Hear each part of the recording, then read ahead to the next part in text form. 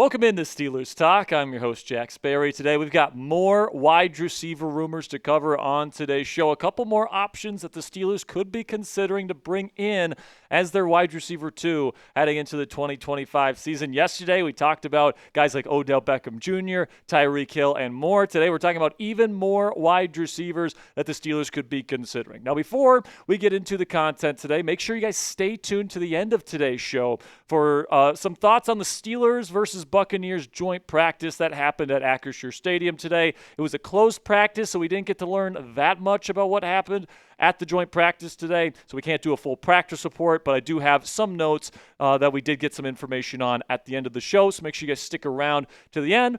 Make sure you guys click that subscribe button if you haven't already, because I expect the Steelers to potentially add another receiver within the next 2 weeks or so before the start of the 2025 NFL regular season, and when and if that happens, we will be going live on this channel breaking down that receiver, how they fit into the Steelers offense, and what to expect from that guy in this offense heading into the 2025 season. So click that subscribe button for that breaking news coverage.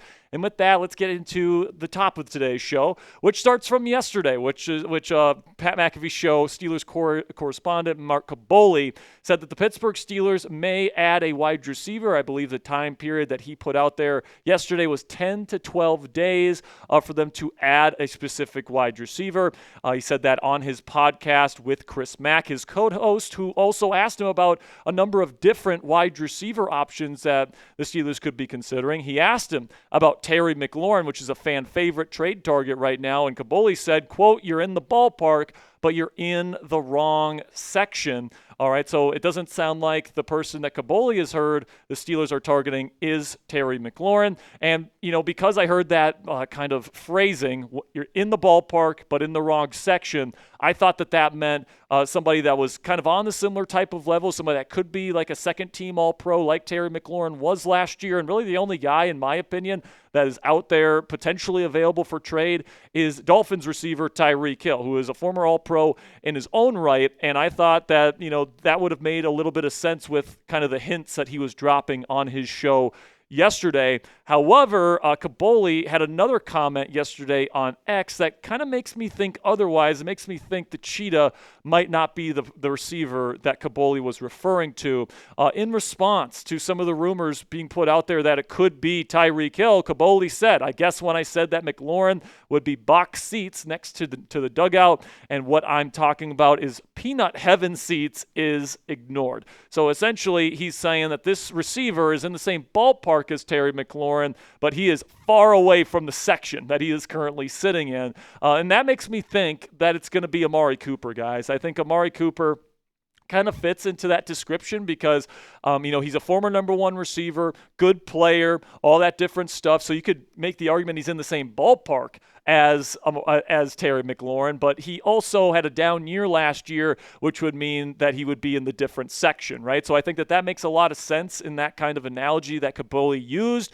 And, I think that, you look at the cheap seats kind of reference there. I do think Mr. Cooper fits that description. But also he said that the receiver that the Steelers are apparently targeting is quote-unquote close to OBJ age-wise, and I think that, that certainly fits the description of Amari Cooper as well. And then another hint that was potentially dropped last week from Juan Thornhill, who of course is the new starting free safety here for the Pittsburgh Steelers. He used to play for the Cleveland Browns with Amari Cooper over the last 2 seasons, and last week he put this on his X account saying, "Gotta love this bleep," with the laughing emoji and then the zipper face emoji, which usually means I got something to say, but I can't say it or I'm not going to say it. So that might be an indication there that, the former Browns teammates, maybe Amari reached out to Juan Thornhill saying, "Hey, what's it like in Pittsburgh?"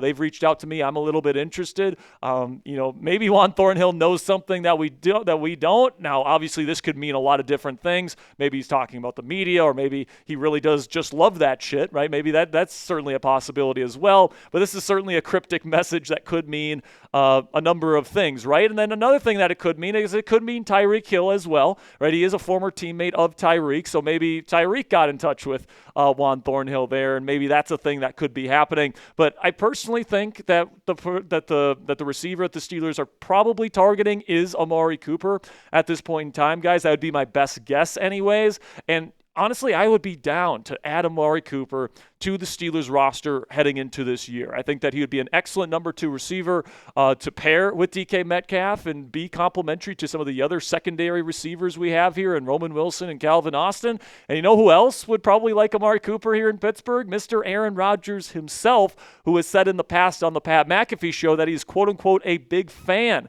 of Amari Cooper's game. He has complimented his release package, his route running, and his size. You know, that's kind of what Amari Cooper is known for.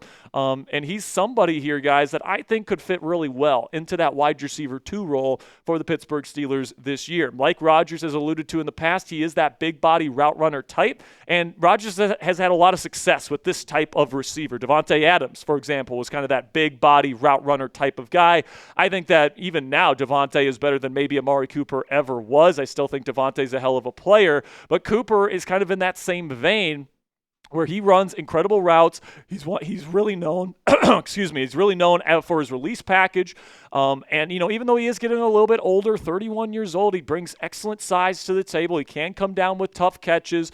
And even though he did have a down year in 2024, he was a legitimate number 1 receiver back in 2023. People forget that Cooper, from a production standpoint, was probably a top 10 receiver in the game, even though Deshaun Watson, who we all know is a terrible quarterback, was throwing him the football there in 2023, as well as some other backup quarterbacks there in Cleveland. He still put up over 1,200 receiving yards. He almost put up 18 yards per reception, right? His PFF grade was excellent. Now, he did take a big step back last year in terms of the production.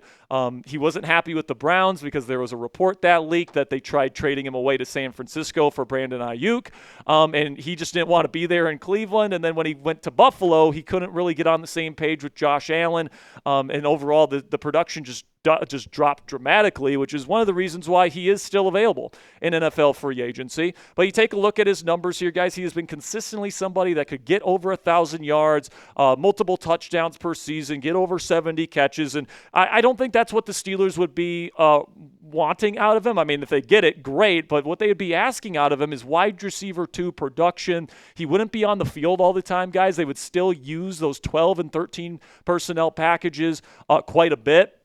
But I think that, you know, Cooper's days as a bona fide number 1 receiver are probably over, and I think that that's okay, all right? He doesn't need to be a number 1 receiver for the Pittsburgh Steelers, at least not in every down one, but he could absolutely still be a good wide receiver too. I think he showed flashes of good play last year, and I still think he's got really good route running and really fast feet for somebody of his size, and I think he's the type of receiver that Aaron Rodgers really feels comfortable with in his offense. So I think Cooper's potential value to the Steelers offense, if the Steelers end up bringing him in, is not only is he going to be able to be your week-to-week wide receiver 2 to be that complement to DK Metcalf, whose route tree, let's be honest, is a little bit more limited than a guy like Amari Cooper's. He can be your true route running threat, but also he can be your backup wide receiver 1 type in case DK Metcalf goes down with an unfortunate injury this year. All right, right now, when you look at the Steelers wide receiver room, like, there's not a whole lot after DK Metcalf that you trust to be a number 1 receiver. And we all remember last year what happened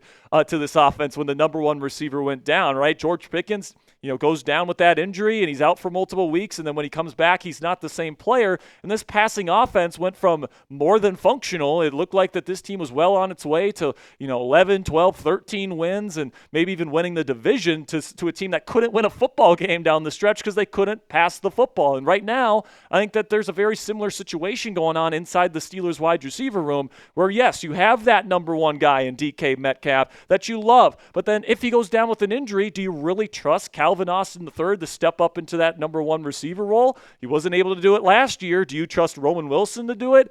I certainly don't at this point. I think he's more of a complimentary piece personally, and I definitely don't trust guys like Ben Skoranek, Robert Woods, Scotty Miller. There's just nobody else on this team in this receiver room that can step up into that alpha type of role if Metcalf goes down. But I think Cooper could step into that role if Metcalf, God forbid, goes down with an injury. So I think that is a big element to the value proposition that he brings to this team. And then in terms of what the Steelers could give him in terms of a contract, I think it could be something similar to what Keenan Allen, another older, aging veteran, got from the Los Angeles Chargers just last week. He got a 1-year, $8.5 million contract. I think that Cooper would be looking for something similar around that range. And the Steelers have over $36 million in cap space right now. They can easily afford that type of contract for somebody to be a complement to DK Metcalf in this offense. So let me know what you guys think down there in the comments section. Would you be happy if the Pittsburgh Steelers signed Amari Cooper to be their wide receiver 2 this year? Put it down there in the comments section for today's pinned question. In just a second here, I'm going to tell you about an awesome opportunity to get a great piece of Steelers apparel. While I'm talking about that opportunity here, guys, get down there in the comments section and let me know if you'd be happy if Amari Cooper became a Pittsburgh Steeler.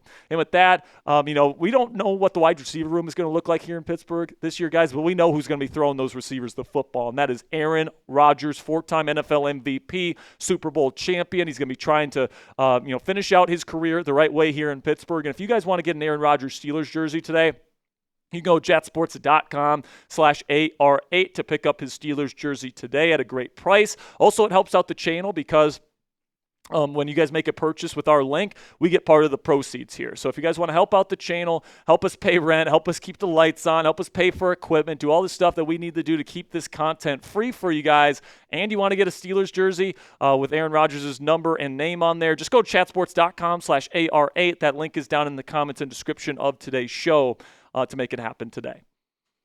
All right, so now moving on to some other wide receiver targets that I think could work for the Pittsburgh Steelers and could be in the mix to be that mystery wide receiver that Mark Kaboly is alluding to here. Somebody that I don't think a lot of people are talking about right now that I think would actually be would make a lot of sense for the Steelers is Carolina Panthers receiver Adam Thielen. And I actually think that there's a lot of things that kind of connect Adam Thielen to the Pittsburgh Steelers. First of all, I think Carolina would be willing to deal him because their wide receiver room is getting pretty crowded. All right, like they've got a lot of really great, really affordable, really young wide receiver talents in their room right now. And let's face it, the Carolina Panthers probably aren't competing for a Super Bowl this year, but they're laying the foundation, so they want to keep a lot of these younger receiver talents, guys like Tedorora McMillan, Xavier Legette, Jalen Coker.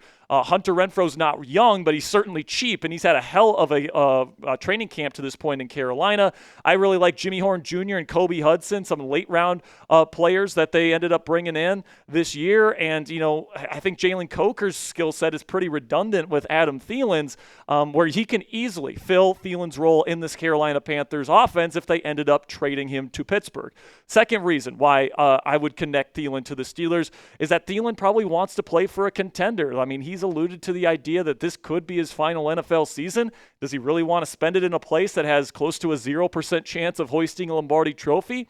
But here in Pittsburgh, you get to play with an all-time great quarterback in Aaron Rodgers. You get to play with DK Metcalf on the other side of you. You got a great defense to support you as well. You got a great head coach in Mike Tomlin, who he probably has a lot of respect for. I think that he would love to play for a team like the Pittsburgh Steelers this year. And specifically, I think he would love to play with quarterback Aaron Rodgers. These guys are friends. These guys have a really healthy amount of respect for each other. They played against each other twice a year for many seasons when Thielen was in Minnesota and Rodgers was in Green Bay. And these guys, have a friendship together that, could foster some nice early chemistry if you're able to land Thielen before the start of the season. And then the final point that I would say the Steelers would be interested in Thielen is because they had interest last year at the trade deadline. They made a push to try and get Adam Thielen from the Carolina Panthers, and they wanted to pay like a 5th-round pick for him. The Panthers wanted a little bit more than that. The Steelers weren't willing to give up a higher draft pick, so they ended up spending that 5th-round pick on Mike Williams instead of Thielen. But this year, guys, with the added receiver talent that Carolina has in there, plus they might want to throw Adam Thielen a bone here and try and give him a chance to win a ring before he retires, I would see the Steelers being able to get Thielen at this point in time for like a 5th or a 6th-round pick. All right, he's not that valuable of a trade asset because he's not a number 1 guy anymore. He's more of a number 2, and he's probably only got 1, maybe 2 years left before he retires. So that value proposition is at best a 5th-round pick, but probably a 6th or maybe even a 7th-round pick. So that is a very affordable type of trade package that the Steelers can afford. And I think that this would be a hell of an addition for the Pittsburgh Steelers. He's still a really good slot receiver, but he can also play outside, really good route runner with excellent hands. And he knows what would be expected out of him from Aaron Rodgers, all right, as a veteran receiver. So I think he'd be a great addition. And before we get into some more options here, guys, make sure you click that that subscribe button, because if you love in-depth Steelers content like this every single day, that's what we provide to you guys here on Steelers Talk. We also got breaking news coverage whenever a potential move from Omar Khan does happen here for a receiver. Also, weekly live shows twice a week and one during game day for our live watch parties, which are a ton of fun. It's all 100% free, guys. So our next milestone, we are less than 1,000 subscribers away from 90,000 subscribers here on Steelers Talk. I want to get there by the end of the preseason game on Saturday night. So click that subscribe button if you haven't already. And now let's get into another possibility here, which is Jauan Jennings from the San Francisco 49ers. And San Francisco Standard 49ers reporter Tim Kawakami reports that the 49ers and Jennings are still far apart in extension talks, meaning that, Jennings could still be open to being traded to a different NFL football team. Now, listen, guys, I think Jennings is a guy that is, quote-unquote, in the ballpark with a guy like Terry McLaurin. He's definitely in a different section than McLaurin, but, I think that Jennings showed last year that with Brandon Ayuk out, with Christian McCaffrey out, that he could be, a team's number one receiver if their alpha-type guy like DK Metcalf went down with an injury. Last year, almost 1,000 yards receiving when he was asked to go into that role. He had 6 touchdowns. He had a really incredible game against the Los Angeles Rams last year. He's got phenomenal hands. He's a great run blocker, brings a lot to the table. And the stat line that he put up last year, very similar to what DK Metcalf had with the Seattle Seahawks in 2024. All right, look at that. Jauan Jennings had more targets, had more receptions, had slightly less yards. He's not as much of a deep threat as DK is, or a yak threat for that matter, but he did have more touchdowns and had the higher PFF grade last year. Now, I do think DK Metcalf is the better receiver. I want to make that clear. If we get Jennings, it's not like he's taking DK's spot as the number one receiver. All right, but Jennings is somebody that was very comparable to DK Metcalf in the stat sheet. And I think that bodes well for his chances of replacing Metcalf as the number one receiver if, God forbid, Metcalf goes down with an injury. And then you can look at some of the really impressive advanced stats that he had individually last year with the 49ers, a 63% contested catch rate. That was one of the highest in the National Football League last year. And he makes tough catches, guys. He goes over the middle of the field on dig routes and on crossers, makes these tough catches in traffic, and he still had that 63% contested catch number. He was also 14th in yards per route run, so one of the most efficient receivers in the game, and he was also top 20 on EPA on target. So he was a top 20 receiver in the National Football League last year, guys, from a production standpoint, and I really like his profile, man. He's a little bit older. He's not young. He's 28 years old, but I would certainly not call him an old man. He's an excellent run blocker. He's got really great size, 6'3", 212 pounds. He's even taller than Amari Cooper. He can play in the slot. He can play outside. He can play all over. He's used to playing in an offense like the Pittsburgh Steelers is, where you got to run block and you run a lot of dig routes and crossing routes and stuff like that.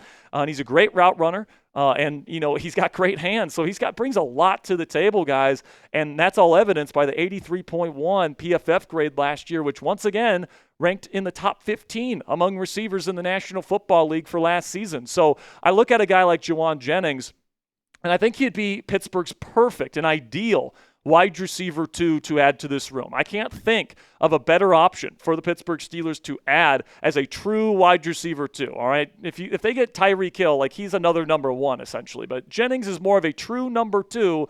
And if you asked Arthur Smith to build a wide receiver 2 in the lab, I think you would get Jauan Jennings. Right? The only real con on him is that he's not very fast. He ran a 4.72 coming out, so he's not fast at all. And he's only had 1 year of legit, production in this league. He's been more of a number 3 receiver for most of his career. But man, when you watch him on film, he's got great size, really phenomenal hands, like we talked about. The route running super crisp and technically refined. He's got quick feet for somebody that's not very fast in terms of long speed. And like we talked about, guys, he's an elite run blocker. That's going to be very important to a guy like Arthur Smith for whatever receiver they bring in here. Amari Cooper, somebody that's got a reputation as somebody that doesn't run block and doesn't like to run block. That would not be the case with a guy like Jauan Jennings. So I look at Jauan and I see a player that's probably worth around $18 to $20 million per season. I think that's probably what he's asking for from the 49ers, and they have been unwilling to give him that to this point, obviously. obviously.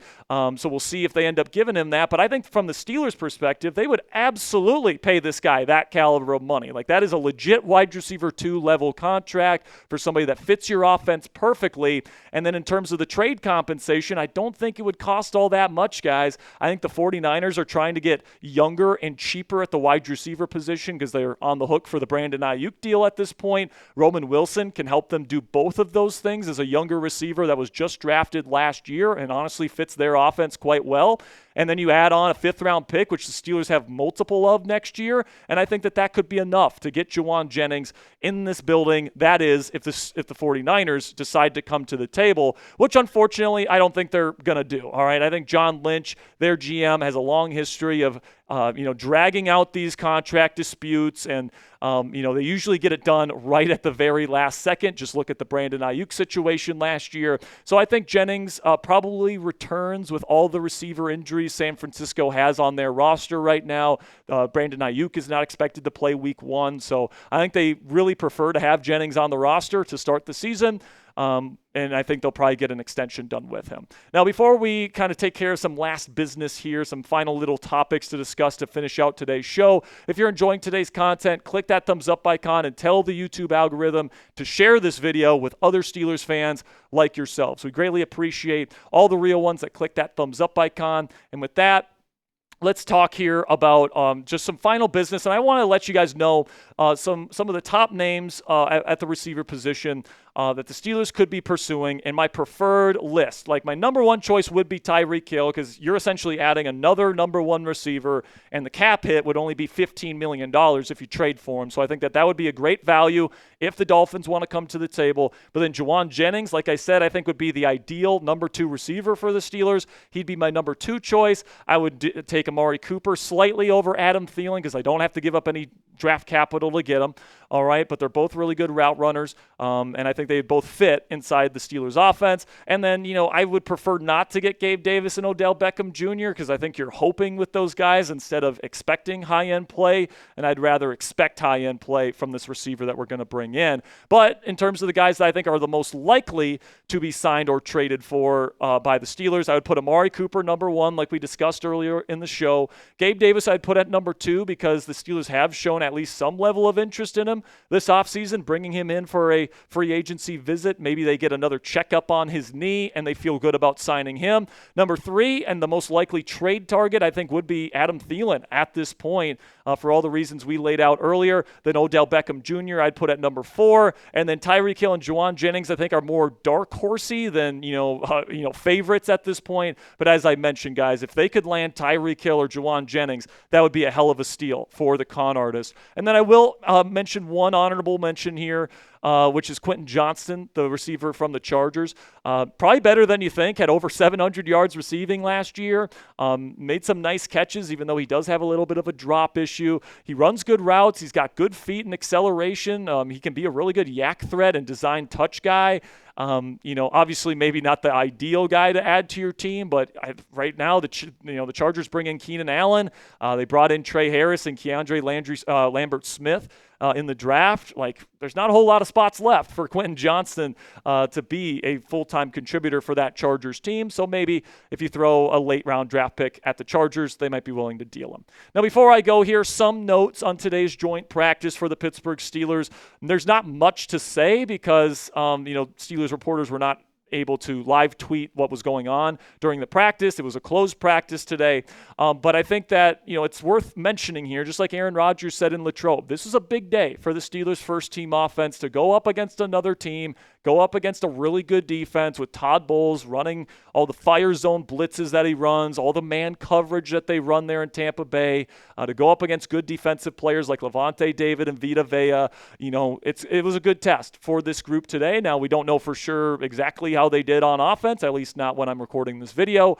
But this was a big day here, and this is pretty much Aaron Rodgers' preseason game, okay? So I'd probably guess we don't see Rodgers maybe outside of a drive on the third preseason game next week. But then also another thing to keep in mind here is that, Jalen Ramsey was on Mike Evans today. Mike Tomlin said that in his pre-practice press conference, and it appears that he's going to get the number 1 receiver assignment every single week, all right? So whether it's, a guy that plays on the outside or in the slot, it seems like the Steelers' strategy is to put Jalen Ramsey on the opposing team's number one receiver and kind of go from there. So there was some reports today that Mike Evans got the better of Ramsey a couple of times, had a touchdown against him in 7 shots, had another touchdown against him in the red zone period. But I think we've seen enough from Ramsey in training camp to know that he's going to be the real deal this year, and I'm not too worried about him. And then also in his pre-practice press conference, Mike Tomlin sounded pretty pleased with Roman Wilson's progress heading into his second year. He's had some really good practices over the last 2 weeks. He had a good performance in the preseason game against the Jags.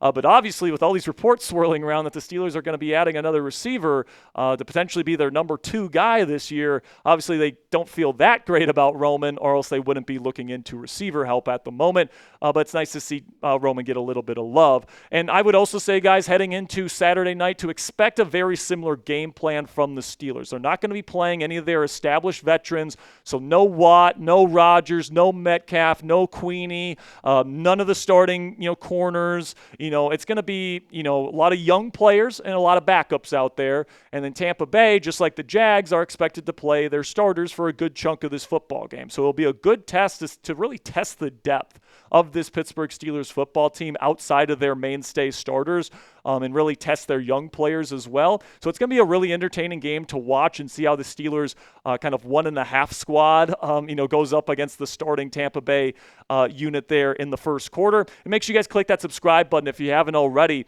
and tune in to our live watch party for Steelers versus Buccaneers at Acrisure Stadium on Saturday night. It's going to be a ton of fun. Me, Coop, Ponzi. It's going to be a great party this Saturday, guys. So make sure you click that subscribe button if you haven't already, and join us on Saturday for our Steelers Talk watch party.